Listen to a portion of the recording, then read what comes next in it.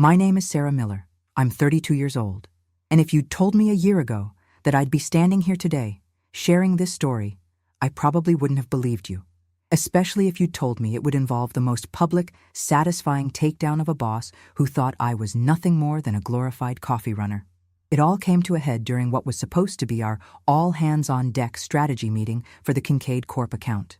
Kincaid Corp, they were the whale, the kind of client that could change everything for our mid-tier financial consultancy, Ashton and Finch. The air in the boardroom was thick with a mixture of ambition and anxiety. I'd spent weeks, no, months, buried in research, meticulously crafting a preliminary outreach strategy I believed was innovative, tailored, and frankly, brilliant. I'd found a unique angle, a personal connection to one of their VPs through an alumni network, a detail everyone else, including our supposed top rainmakers, had completely overlooked.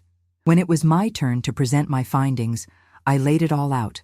The comprehensive market analysis, the competitive landscape, the proposed multi-touchpoint approach, and the subtle, personalized entry point I'd identified. I was nervous, of course, my heart thumping against my ribs, but also quietly confident. I'd poured countless late nights and early mornings into this. I knew my stuff. Then Mr. Henderson, our managing director, a man whose smile never quite reached his eyes and whose praise was almost exclusively reserved for his obvious protégé, Mark, leaned back in his expensive leather chair. He steepled his fingers, a condescending smirk playing on his lips, the kind that made my stomach clench. He let the silence hang for a moment, just long enough for the doubt to creep into the room, to curdle my hard-won confidence.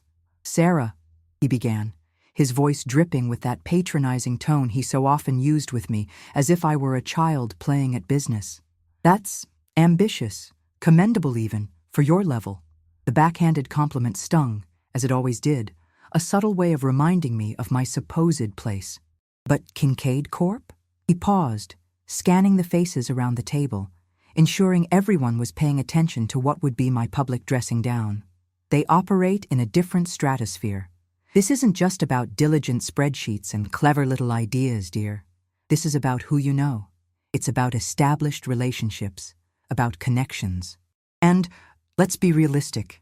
He paused again, his gaze settling on me with a dismissive finality. "You just don't have the connections for a client of this magnitude. Mark, on the other hand," he said, his voice suddenly warming as he beamed at his golden boy, who was preening under the attention, "has been cultivating relationships in these influential circles for years." Mark, who I knew for a fact, had spent the last 2 weeks complaining about his golf handicap and had contributed nothing of substance to the Kincaid prep, just nodded sagely, basking in the unearned glory. The words, "You don't have the connections," echoed in my ears, louder than anything else in that suffocating room. It wasn't just a critique of my strategy. It was a judgment on my worth, my background, my entire professional existence at Ashton and Finch. It was the culmination of years of being overlooked, my ideas subtly stolen or credited to others, my ambitions quietly, consistently stifled. In that moment, watching him dismiss months of my painstaking work so casually, so publicly, and then pivot to praise Mark for connections I suspected were either exaggerated or irrelevant to this specific target, something inside me didn't just snap. It forged itself into steel. Not outwardly, of course. Years of navigating this toxic environment had taught me to maintain a calm, professional mask. I simply nodded, my voice even as I said a quiet, "I understand, Mr. Henderson." But inwardly, a fire had been lit, a raging inferno of determination. He thought I was a nobody, easily dismissed, a cog in his machine. He had absolutely no idea what I was capable of, no inkling that his condescension was the very fuel I needed to burn down his assumptions. He certainly had no idea that I would not only go on to land Kincaid Corp, securing the largest deal in our company's decade-long history, but that he would then have the gall, the sheer unmitigated audacity, to try and parade my monumental success as his own achievement. That's when the real fireworks began, the ones he never saw coming. This is the story of how I proved him, and everyone else who ever underestimated me, spectacularly, irrevocably wrong. Have you ever felt completely invisible, or had your hard work dismissed by someone in power? Told you weren't good enough or connected enough? Share your experience in the comments below. It's time we all felt seen and acknowledged. And trust me, you'll want to stick around to see exactly how this particular house of cards came tumbling down. It wasn't always this toxic. When I first joined Ashton & Finch 5 years ago, fresh out of business school with a distinction and a hunger to prove myself, there was a spark of promise. Mr. Henderson, in my final interview, had spoken of meritocracy, of rewarding innovation and hard work. I believed him. I wanted to believe him. The first year, I kept my head down, absorbed everything, worked late, volunteered for the thankless tasks. I thought that's how you paid your dues, how you earned your stripes. I brought ideas to the table, meticulously researched proposals for new market segments, suggestions for optimizing our outdated client relationship management system. They'd be met with a polite, "Interesting, Sarah, we'll consider it," from Henderson, only for me to see a diluted, often less effective version of my concept surface weeks, sometimes months later, championed by Mark, or another of Henderson's inner circle, Mark Benson. He was the poster boy for everything wrong with Ashton & Finch. He'd joined a year before me, not with a stellar academic record or any discernible prior achievements, but with a father who was a regular on Henderson's weekend golf foursome. That connection, it seemed, was his primary qualification. Mark possessed an almost supernatural ability to be in the right place at the right time when credit was being handed out, and to be conspicuously absent when blame was being assigned. Henderson doted on him, saw him as a younger version of himself, I suppose. Any minor success Mark stumbled into was amplified into a strategic masterstroke. I remember the Whitaker Pharma pitch. I'd spent a solid month, weekends included, deep diving into their pipeline, their patent cliffs, their emerging market challenges. I built the core financial models, drafted the bulk of the presentation. Mark's contribution? He'd picked the font for the PowerPoint slides and made sure the coffee was hot for the client meeting. Yet, when Whitaker signed, Henderson, in the celebratory team email, praised Mark's instrumental role and leadership in securing this vital new business. My name was listed under "and team for their support." It felt like a deliberate erasure. My blood would boil, but I'd swallow the bitterness, telling myself to work harder, be undeniable. The stolen ideas became a sickeningly regular occurrence. The Project Nightingale proposal, a comprehensive strategy for targeting mid-cap tech firms, something I'd poured my soul into for 6 months, was initially dismissed by Henderson in a private review as too ambitious for our current resources, Sarah. Perhaps a little niche. 3 months later, a revamped version, barely changed but now titled Tech Ascendancy Initiative and fronted by Mark, was unveiled as the company's flagship growth strategy for the next fiscal year. Henderson lauded Mark's visionary foresight. When I dared to point out the striking similarities to my earlier proposal during a departmental meeting, Henderson fixed me with a cool stare and said, "Sarah, good ideas often have many parents." Mark simply had the acuity to refine it for practical application. The implication was clear. My idea was raw, his was polished. I was the rough stone, Mark was the diamond cutter. The condescension was a constant, grinding weight on my spirit. Then there were the public put-downs, the subtle and not-so-subtle ways my competence was questioned, especially in front of clients or senior management. If I offered a dissenting opinion, backed by data, Henderson would often smile indulgently and say, "Sarah brings such passion to her analysis, doesn't she? But let's stick to the established parameters for now." Or, if I pushed back on an unrealistic timeline, it would be, "Let's not get bogged down in negativity, Sarah. A can-do attitude is what we need." This was in stark contrast to how he treated Mark or other male colleagues, whose most banal comments were often met with nods of agreement and pronouncements of, "Excellent point, Mark." The double standard was infuriating. I started to notice how my suggestions were emotional or too detailed, while similar points from men were insightful or thorough. It was like fighting a shadow, this pervasive, unspoken bias. The boys' club culture was an undeniable undercurrent. Key decisions were often solidified over expensive steak dinners I wasn't invited to, or during those infamous golf games. When strategies were discussed in those informal settings, they'd arrive at the office as foregone conclusions, leaving me and the few other women in professional roles scrambling to catch up, already outside the loop. I remember once, a major client, Mr. Davies of Davies Logistics, specifically requested I lead his account restructuring after I'd successfully handled a smaller, complex project for him. Henderson agreed in the meeting with Davies, praising my dedication. The very next day, Henderson called me into his office. "Sarah," he'd said, "Mr. Davies is an old-school gentleman. I think Mark would be a more comfortable fit for him, long-term. You understand? We don't want to make him feel pressured." Pressured by what? My competence? My gender? I didn't say it out loud, but the question screamed in my mind. Mark, who barely knew Davies Logistics from a logistics company that delivered groceries, got the lead. I was assigned to support him, which meant doing all the actual work while he took Davies golfing. Each incident, each slight, each stolen credit was a cut. Individually, perhaps manageable, but cumulatively, they were bleeding me out. I'd go home at night, replaying the day's injustices, the casual dismissals, the blatant favoritism. The frustration was a constant companion, a bitter taste in my mouth.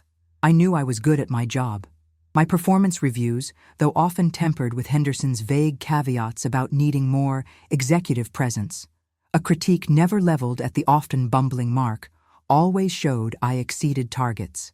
Yet promotion opportunities always seemed to bypass me, landing squarely in Mark's lap, or those of other, less qualified men he favored. The Kincaid Corp meeting, where Henderson so publicly declared I didn't have the connections, wasn't just about that one client.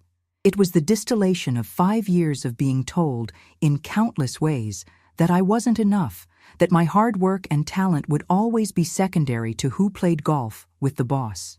That day, his words, "You just don't have the connections," weren't just a statement.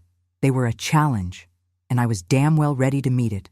In that suffocating atmosphere of Ashton and Finch, where genuine recognition felt like a mythical creature, there was one, just one, person who saw past the carefully constructed corporate hierarchy and Henderson's blatant favoritism.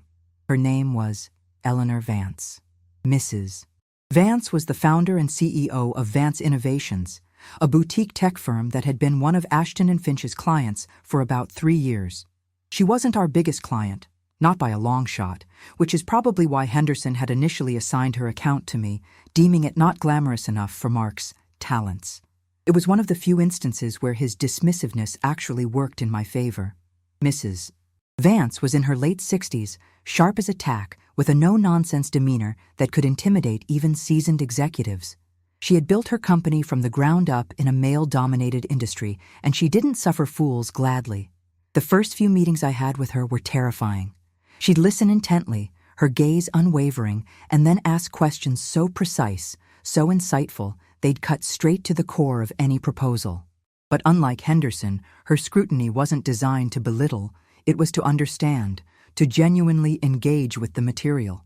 And when I had the answers, when I'd done my homework, which I always did, a flicker of something, respect perhaps, would appear in her eyes. Our relationship developed slowly, built on a foundation of solid work. I made sure Vance Innovations received the best service, the most thorough analysis, because frankly, I enjoyed working with someone who appreciated intellectual rigor. Henderson rarely attended our review meetings with Mrs. Vance after the first one or two. He considered it small fry. Mark, on the occasions he was forced to sit in, would usually just scroll through his phone or offer some superficial platitude that Mrs. Vance would dismiss with a barely perceptible tightening of her lips. She saw right through him, I could tell. She saw through a lot of things at Ashton and Finch. The first time she truly signaled her support was after one particularly galling internal meeting where Henderson had, yet again, publicly credited Mark with a successful strategy for another account that I knew for a fact I had almost single-handedly developed. I was seething internally, but maintained my professional composure. Later that afternoon, Mrs. Vance had a scheduled call with me to discuss her quarterly projections. At the end of the business talk, she paused and then said, in her typically direct manner, "Sarah, I've been in business a long time. I've seen talent overlooked and mediocrity promoted more times than I care to count. Don't let them grind you down. Your work on my account has been exemplary. Not everyone is blind. Her words were like a balm to a raw wound. It wasn't just praise. It was acknowledgement from someone whose opinion I deeply respected, someone who understood the game.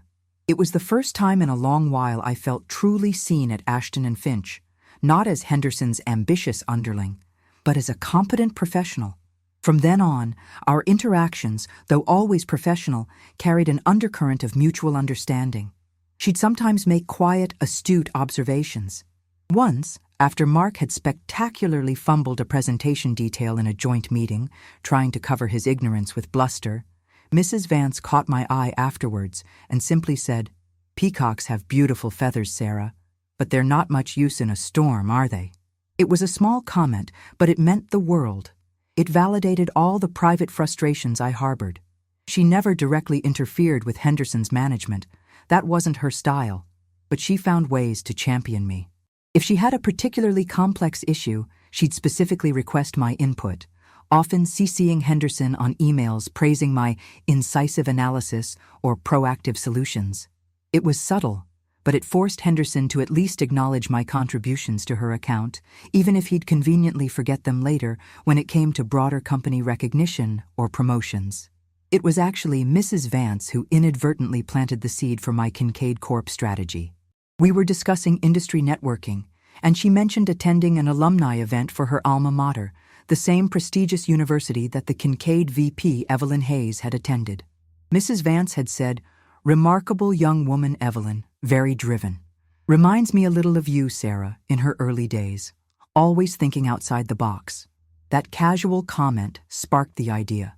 The alumni network. It was a connection Henderson, with all his talk of high-level schmoozing, had completely missed. Mrs. Vance didn't tell me to pursue Kincaid. She didn't hand me a contact on a silver platter. She simply provided a piece of information, a human connection, and her quiet, consistent belief in my abilities gave me the courage to explore that avenue, to dig deeper, even when I knew Henderson would be dismissive. Knowing that someone like Eleanor Vance, a self-made success, saw my worth, it was like having a secret shield.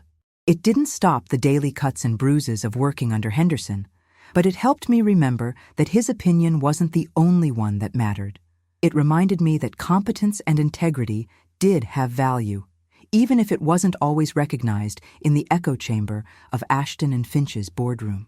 Her belief was a quiet counter-narrative to Henderson's constant undermining, a lifeline that kept my ambition and self-worth from being completely extinguished. Without her, I'm not sure I would have had the resilience to keep fighting or to eventually plan the silent offensive that would lead to the Kincaid deal. She was the steady, unwavering lighthouse in a very stormy sea. After Henderson's dismissive pronouncement about my lack of connections for Kincaid Corp, something shifted in me. The anger, the frustration, it didn't just dissipate, it coalesced into a cold, hard resolve. He thought he'd put me in my place. He had no idea he'd just shown me exactly where I needed to focus my energy, not on trying to win his approval, but on proving him utterly and spectacularly wrong on my own terms. So began my silent rise, my clandestine operation to land the Kincaid account. Publicly, I was the dutiful employee. I nodded along in meetings when Mark was assigned to lead the official Kincaid pursuit, a pursuit which, as I predicted, consisted mostly of him talking about setting up exploratory golf games that never materialized and dropping names of Kincaid executives he'd supposedly almost met at some industry function. Henderson, of course, lapped it up, offering encouraging noises about Mark's proactive networking. I continued with my assigned tasks, delivering high-quality work on my existing accounts, never giving Henderson any ammunition to criticize my performance. But my evenings and weekends, they became my Kincaid Corp war room. My small apartment transformed, whiteboards covered in Kincaid's corporate structure, their financials, their recent acquisitions, their strategic challenges. I devoured every industry report, every analyst briefing, every obscure interview with their leadership team. I wasn't just looking for data. I was looking for an unarticulated need, a pain point that Ashton and Finch, with the right approach, could solve. Henderson saw spreadsheets. I saw a story, a narrative I could build. He saw connections as glad-handing at cocktail parties. I saw them as understanding human motivations and shared values. The alumni network Mrs. Vance had mentioned became my primary focus. I didn't just find Evelyn Hayes, the Kincaid VP. I researched her career trajectory, her published articles, her philanthropic interests. I found a paper she'd co-authored during her MBA on sustainable investment in emerging markets, a niche interest of mine as well. It wasn't about a superficial hello. It was about finding genuine common ground. I crafted an email, not as Sarah Miller from Ashton and Finch, but as a fellow alumna, expressing admiration for her work on that specific paper and briefly mentioning my own interest and some tangential research I'd done. I didn't ask for a meeting. I didn't pitch our services. I just offered a thoughtful observation, a peer-to-peer intellectual engagement. To my surprise, Evelyn Hayes responded within a day. She thanked me for my email, commented on my insights, and mentioned she was always keen to connect with fellow alumni working in finance.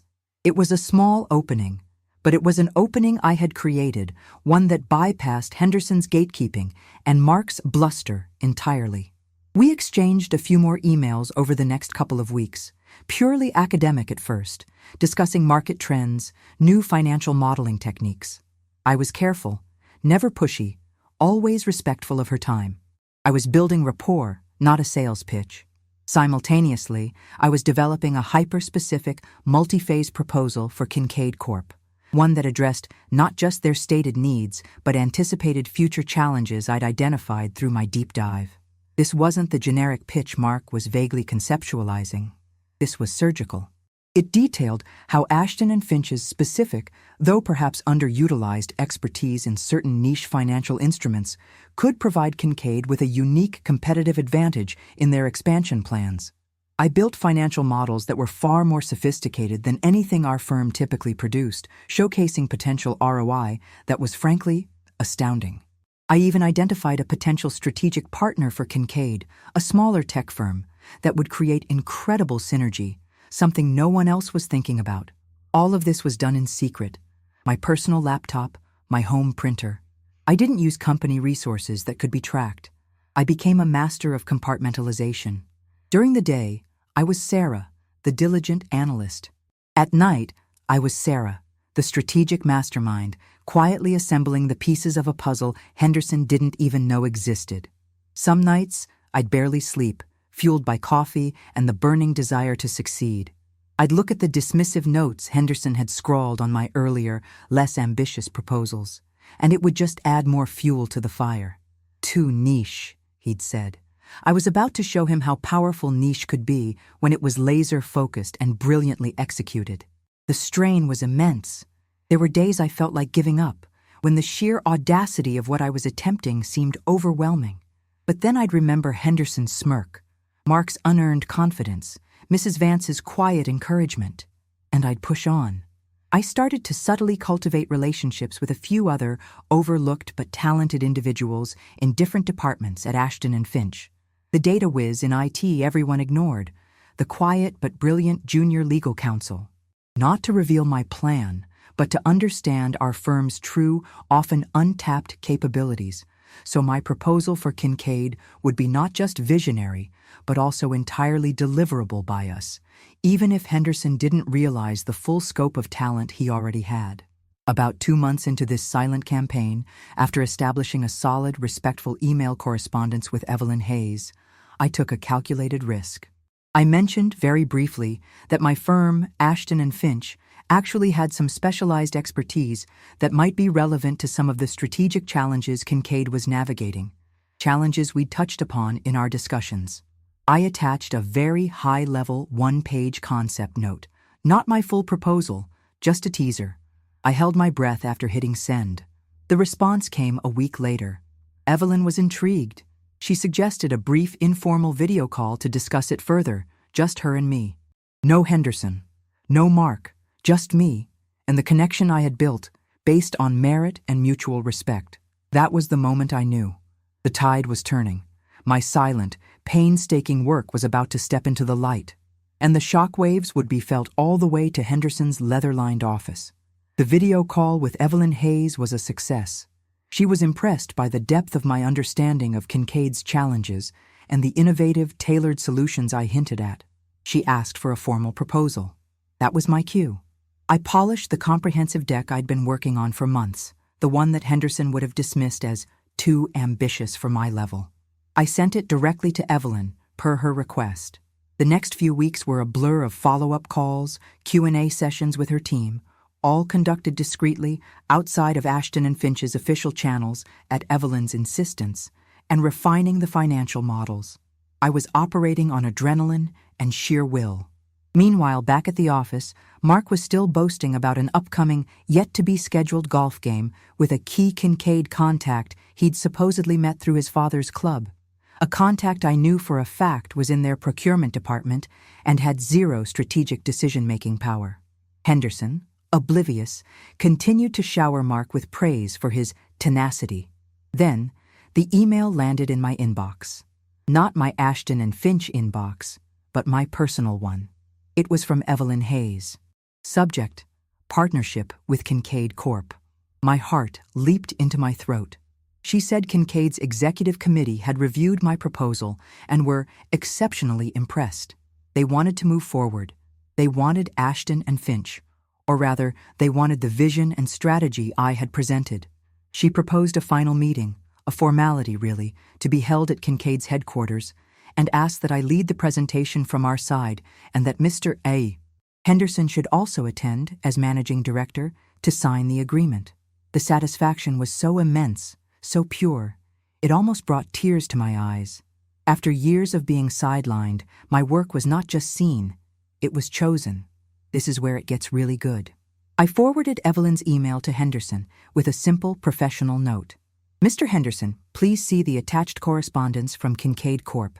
They are ready to sign, based on a proposal I developed and presented. They have requested your presence at the final meeting. I can only imagine his face when he read it. He called me into his office almost immediately. The usual smirk was gone, replaced by a look of stunned disbelief, rapidly morphing into something I can only describe as calculating. "Sarah," he began, his voice unusually strained, "this is unexpected. Remarkable. You landed Kincaid?" He sounded like he was trying to convince himself as much as me. "Yes, Mr. Henderson," I replied, keeping my voice calm and even. He paced his office for a moment. "Well, this is fantastic news for the firm. Truly fantastic.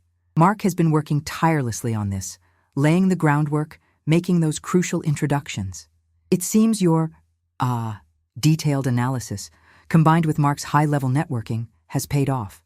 I just looked at him. Did he really think I was that naive? Or that Kincaid Corp., a multi-billion-dollar enterprise, would make a decision of this magnitude based on Mark's non-existent networking? "Actually, Mr. Henderson," I said, my voice still level but with an edge of steel he'd never heard before. "Mark had no involvement in securing this deal. All communications, proposal development, and negotiations were conducted directly by me with Ms. Hayes and her team. She specifically requested my leadership on this." Henderson blinked. For a moment, he looked completely lost. Then, the old arrogance began to resurface. "Now, Sarah, let's not get ahead of ourselves. Teamwork makes the dream work, as they say. Mark's efforts in warming up the client, creating that initial positive impression, were undoubtedly crucial. We'll frame this as a collaborative win. I'll lead the meeting at Kincaid, of course, as managing director. You and Mark can support me." This was it. The moment I had been waiting for, the moment I had replayed in my mind 1,000 times. "With all due respect, Mr. Henderson," I said, my voice now ringing with a newfound confidence that startled even myself. "Ms. Hayes specifically requested that I lead the presentation of the strategy I developed. And as for Mark's crucial efforts—" I paused, letting the silence hang. "Perhaps you could elaborate on what those were? Because according to Ms. Hayes, she has had no contact with Mark Benson regarding this engagement." The color drained from Henderson's face. He opened his mouth, then closed it again. He knew he was caught. The day of the Kincaid meeting arrived. It was in their flagship boardroom, a sleek, intimidating space filled with Kincaid's top executives, including their CEO. Henderson was visibly on edge. Mark, who Henderson had insisted come along, looked like a lost puppy, completely out of his depth. As per Evelyn Hayes' explicit instructions, which she had reiterated in an email to Henderson, copying me, of course, I took the lead. I walked them through my strategy, the intricate financial models, the long-term vision. I spoke with passion and precision, my voice clear and strong. I owned that room. The Kincaid team was engaged, asking sharp questions, which I answered confidently, demonstrating my complete command of every detail. Henderson sat silently, his earlier bluster completely deflated. Mark just stared at his notepad, occasionally nodding at nothing in particular. At the end of my presentation, Kincaid's CEO, a formidable woman named Ms. Albright, smiled. "Ms. Miller," she said, her voice carrying authority, "this is, without a doubt, one of the most impressive, well-researched, and strategically sound proposals we have ever received. Your understanding of our business and your innovative approach are precisely what Kincaid Corp is looking for in a partner." She then turned to Henderson. "Mr. Henderson, Ashton and Finch is fortunate to have someone of Ms. Miller's caliber. Her initiative and leadership on this are to be commended. We are delighted to move forward with this partnership, specifically on the terms and vision Sarah has outlined." The words hung in the air. Sarah has outlined. Not Ashton and Finch, not Henderson. Not Mark. Me. Henderson, to his credit, managed a weak smile and mumbled his agreement. Mark looked like he wanted the floor to swallow him. The contract was signed. The deal, the largest in Ashton and Finch's history, was done. My deal. As we were leaving, Evelyn Hayes pulled me aside. "You did brilliantly, Sarah," she said, a genuine smile on her face. "I knew you had it in you. Never let anyone tell you that you don't have the connections. Sometimes the best connection is sheer competence and a brilliant idea." Back in the car, the silence was thick. Henderson finally broke it. "Well, Sarah," he said, his voice tight, "congratulations. A surprising turn of events." "Not surprising to me, Mr. Henderson," I replied coolly. "Just the result of hard work and a good strategy." Mark said nothing for the entire ride, staring out the window. The dynamic had irrevocably shifted. The era of being underestimated was officially over. If this story of finally getting the recognition you deserve resonates with you, hit that like button to support more content like this. It really helps the channel grow and lets me know you appreciate these kinds of triumphs. The Monday morning after the Kincaid signing was different. The usual buzz in the office felt subdued, replaced by an undercurrent of whispers and sideways glances. Word had clearly spread, not the sanitized, Henderson-approved version, but something closer to the truth, likely fueled by the visible shift in dynamics at the Kincaid meeting. When I walked in, several colleagues, people who had previously barely acknowledged my existence, offered quiet congratulations. Some even looked at me with a newfound respect. It was a strange sensation. Henderson called me into his office first thing. He looked like he hadn't slept well. The usual arrogance was gone, replaced by a forced, almost desperate attempt at conciliation. "Sarah," he began, gesturing for me to sit, a courtesy he rarely extended. "About Kincaid. I've been doing some thinking. This is a monumental win for Ashton and Finch, and your contribution was clearly pivotal." He stumbled over the word contribution as if it pained him. "I want to ensure you get the recognition you deserve. We're looking at a significant bonus, of course, and a title change. Senior strategist, perhaps?" I listened, my expression unreadable. Senior strategist? After landing a deal that would likely redefine the company's future? A deal he'd initially said I wasn't capable of even approaching? "Mr. Henderson," I began, my voice calm but firm, "I appreciate the offer. However, my primary concern is ensuring the successful execution of the Kincaid strategy, the one Ms. Albright and her team specifically endorsed. And to do that effectively, I will require full autonomy and leadership of the Kincaid account. That includes selecting my own support team, direct reporting lines, and final say on all strategic decisions related to this client." He looked taken aback. This wasn't the grateful, slightly overwhelmed Sarah he was used to. "Now, Sarah, that's quite a demand. I'm still the managing director. Overall strategic oversight naturally rests with me. And Ms. Albright, the CEO of Kincaid Corp., specifically lauded my leadership and vision, I countered, meeting his gaze directly. She entrusted this partnership to me. I intend to honor that trust. Anything less would jeopardize the account, and I'm sure neither of us wants that. I let the implication hang in the air. The power dynamic had indeed shifted. He knew Kincaid valued me. He squirmed. Of course, we want Kincaid to be happy. We can work out the details of your leadership role. He was clearly trying to regain some semblance of control, but the fight had gone out of him. He knew he was no longer dealing from a position of strength, at least not where Kincaid was concerned. Then came Mark. He approached my desk later that day, looking uncharacteristically sheepish. "Hey, Sarah," he mumbled, avoiding eye contact. "About Kincaid. Congrats. That was pretty amazing." He paused, then added, "Look, if you need any help with the, client relations side of things, introductions, that sort of stuff, I'm happy to support you." I almost laughed. His offer of support now felt pathetic. "Thank you, Mark," I said, my voice polite but cool. "But I have the client relations well in hand. Evelyn Hayes and I have established a very effective working relationship. However," I added, watching his face, "I will need a junior analyst to handle some of the data collation and market research. If you're interested in that kind of detailed work, you can submit your name to HR for consideration when I post the internal role." The look of astonished indignation on his face was priceless. Mark Benson, Henderson's golden boy, being offered a junior support role on my project. He stammered something about having other high-level strategic initiatives he was overseeing and quickly retreated. The message was clear. The old ways of doing things were over.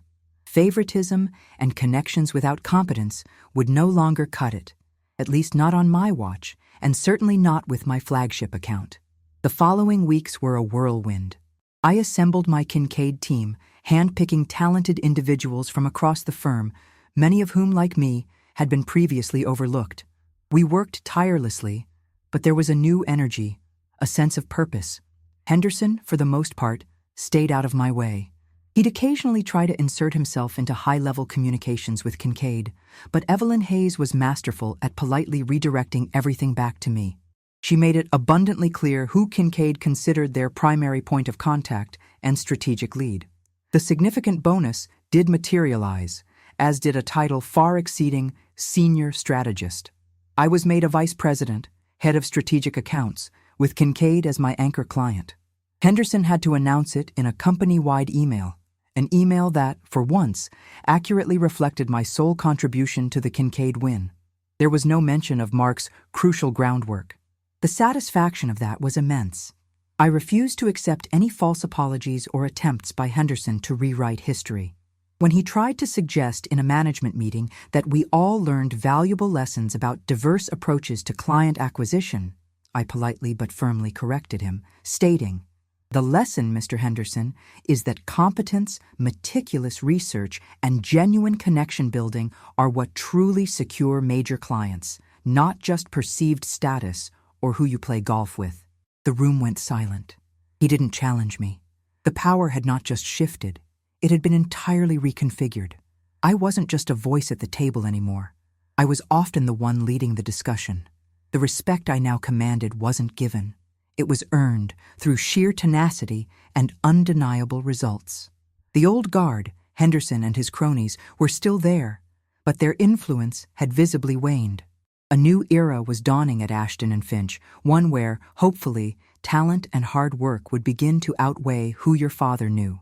And I was at the forefront of that change, a change born from one dismissive comment: "You don't have the connections." Turns out I did. I had the connection to my own ability, and that was the only one that truly mattered. Looking back on that whole saga, it's clear that Henderson's dismissive words, "You don't have the connections," were less a statement of fact and more a reflection of his own limited worldview. He saw the world, and business, through the narrow lens of who you knew, not what you knew or what you could do. He couldn't comprehend that genuine connections, the kind that lead to real partnerships, are built on respect, shared understanding, and demonstrable value, not just a handshake on the 18th hole. My journey wasn't just about landing a massive client. It was about reclaiming my narrative, about proving that substance will eventually always trump superficiality. It was about showing that a woman, underestimated and undervalued, could not only compete, but could redefine the game entirely. The triumph wasn't just in the public humiliation of those who tried to diminish me, though I'll admit, there was a deep, satisfying sweetness to that. The real victory was in the quiet confidence I forged in those late nights of solitary work, in the resilience I built with every setback, every stolen idea, every condescending remark.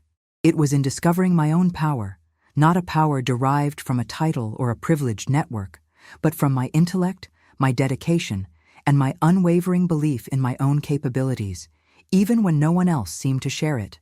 Mrs. Vance had been right. Not everyone is blind. And sometimes you have to be your own lighthouse, guiding yourself through the storm until others can finally see your light. The Kincaid deal changed Ashton and Finch, certainly. It brought in unprecedented revenue, shifted our market position, and I hope began to chip away at the ingrained culture of favoritism. But more importantly, it changed me. I learned that my worth isn't dictated by someone else's narrow definition of success or their arbitrary gatekeeping.